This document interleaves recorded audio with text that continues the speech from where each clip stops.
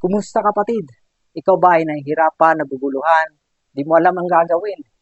Mayroon akong i-share sa iyo.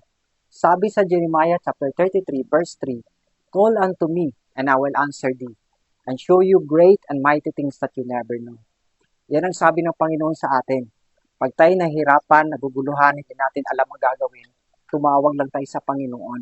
Nandyan siya, bibigyan niya tayo ng gabay na hindi natin akalain.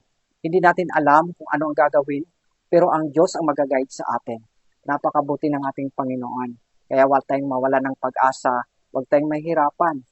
Ang mundo ay puno ng kaguluhan, puno ng problema. Pero kapag mayroon kang Diyos sa buhay mo, nandyan siya, di ka mahihirapan. Tatawag ka lamang sa Kanya. Dahil yan ang Kanyang pangako sa Jeremiah 32 verse 3. Tumawag tayo sa Kanya, at bibigyan tayo niyang kasagutan. Ibibigay niya ang mga solusyon na hindi natin akalaing mangyari. Dahil sa Panginoon, walang imposible. Kaya kapatid, God bless you always. Hanggang mapunta, gagabayan ka ng Panginoon.